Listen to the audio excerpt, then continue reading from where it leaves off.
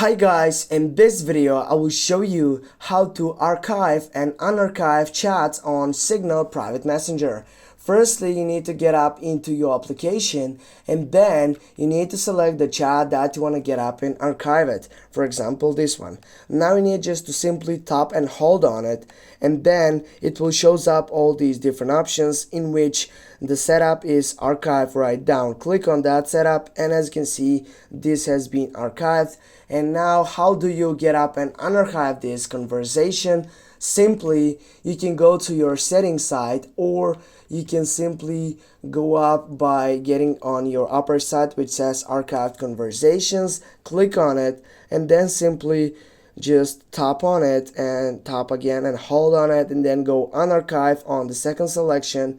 And now guys, as you can see, we have archive and also unarchived chats on Signal Private Messenger. Thanks for watching and see you soon.